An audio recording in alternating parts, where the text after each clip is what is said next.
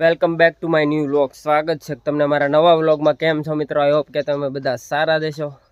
સવારમાં જો આપણે આ કામ કરી નાખ્યું છે, કીડિયાર ઉપર નાખ્યું છે.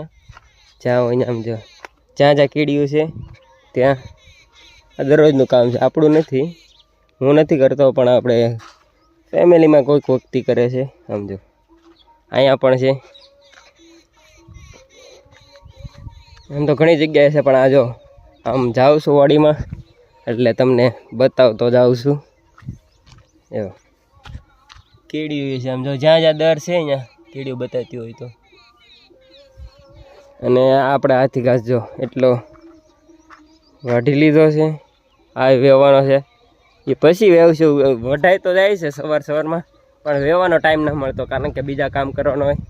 અત્યારે તો વહેલા સવારમાં વાડીમાં જાઉં છું કારણ કે આપણે ભરોટું ભરવું છે. ટ્રેક્ટર લઈને તો વાડીમાં આવી ગયો હતો, પણ દોડી ભૂલાઈ ગયું હતું, તે ઘરે પાછો લેવા ગયો, એટલે એવું ભૂલાઈ જાય એટલે પાછો લેવા જાઓ.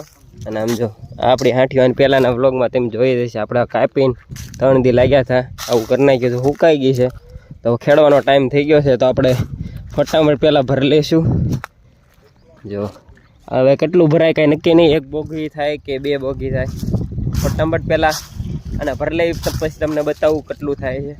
તમને ટ્રોલી બતાવી દઉં, ખાલી છે, ભરીએ પછી કેટલું થાય છે એ નથી ખબર, પણ હું તમને પછી ચોક્કસ ભરાઈ જાય પછી બતાવીશ.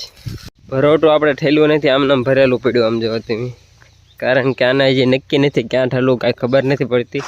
એક ભરોટું અહીંયા લાકડાનું ખડકેલું છે, આપણે આને હજી કાપવાનું બાકી છે, એટલે એનો કાંઈ મેળ ના આવતો હોય. નાનું તે એમ જ છે, ક્યાં ઠેલું કાંઈ હજી ખબર નથી, એટલે આમને ભરેલું પડ્યું છે.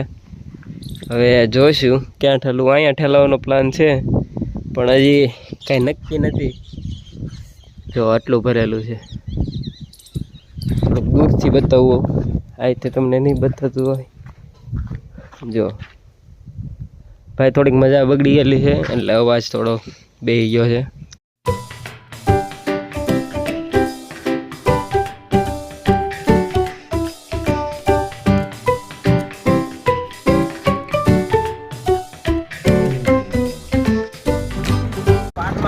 પાટ તોડવા આવી ગયા છે. પાટ જો અહીંયા આમાં પડ્યા છે લીમડે.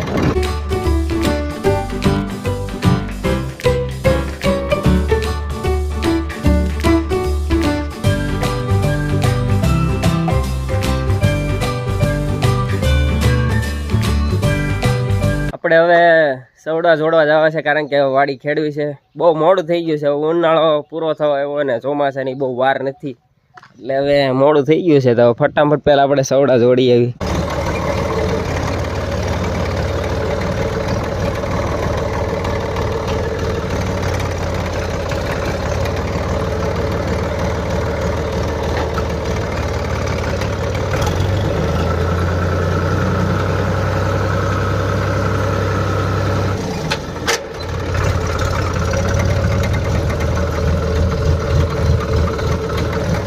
ગણવાની શરૂઆત કરી દીધી છે, પણ જો તમે આમ ખાલી કેટલી ભૂલ છે એટલે તમે ગણવા જ મળજો.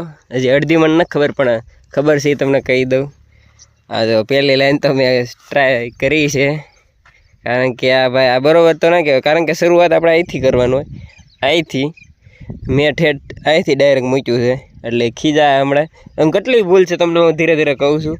અને આ જો આ ધૂળ છે એ આ સાઈડ ન પાડવાની હોય, આ સાઈડ પાડવાની હોય, એ એક બીજી ભૂલ છે. અને ત્રીજી ભૂલ કહું તો હજી સેટ ન કર્યું એટલે બરાબર હાલતું ને. આ સેટ કરવાનું પછી હાલે, એટલે હજી સેટ નથી કર્યું, એટલે એ હજી મને ન ખબર કઈ રીતના મેળવવાનું હોય. અને મેં હજી એક વાર હાંચ્યું ને. હવે ગુંદા લેવા જવા છે મારે, કારણ કે બપોરે આપણે ગુંદાનું શાક બનાવવું છે. ગુંદાનું શાક લેટેસ્ટ બને, મને બહુ ભાવે, એટલે ગુંદા તોડવા જવા છે. એમાં થયું એવું સારું, ઠેલી ભૂલાઈ ગઈ. હવે શેમાં લઈશું, એટલે ઝૂંપડે આપણે દવાની ઘણી ઠેલીઓ પડી છે, ત્યાંથી એક થેલી ઉઠાવશું અને વીણ લઈશું. અને આપણે જો 2 ગુંદા છે,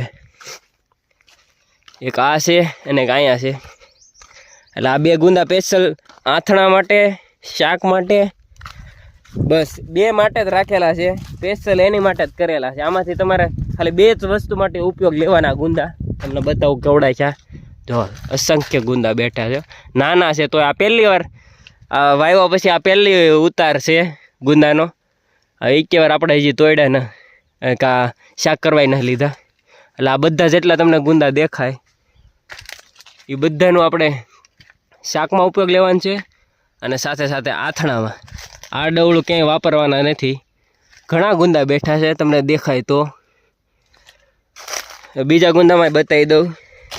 પણ આ અત્યારે માર્કેટમાં આનો બહુ ભાવ છે. તમે આ દેવા જાઓ ને માર્કેટમાં વેચો ને તો આનો ભાઈ પુષ્કળ ભાવ છે. એટલે આપણે કાંઈ માર્કેટમાં દેવાનો પ્લાન નથી.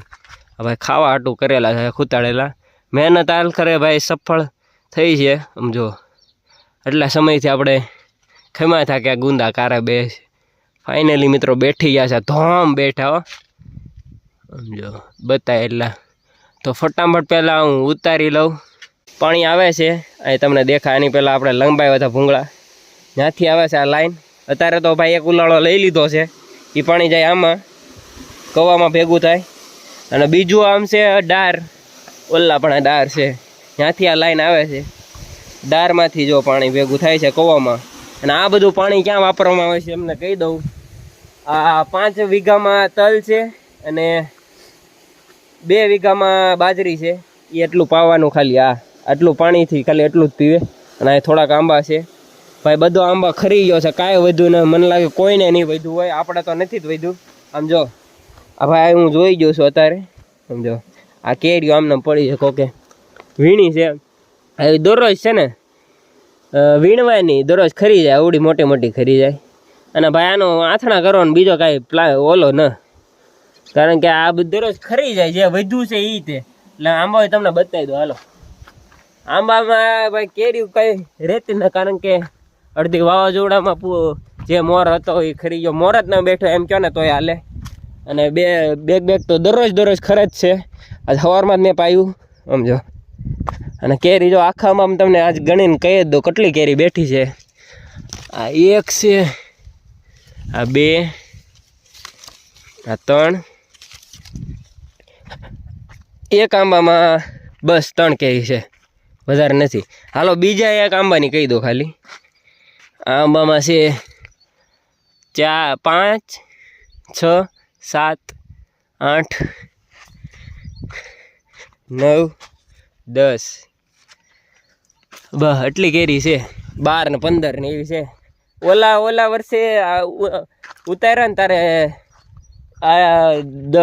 આંબા કેટલા છે નથી ખબર. 15 થી 20 આંબા છે. આ 2 લાઈન તમને દેખાય. એમાંથી 3 કેરેટ ઉતર્યા હતા. આલખરે મને લાગે 1 કેરેટ ઉતરશે આ 1.5 કેરેટ.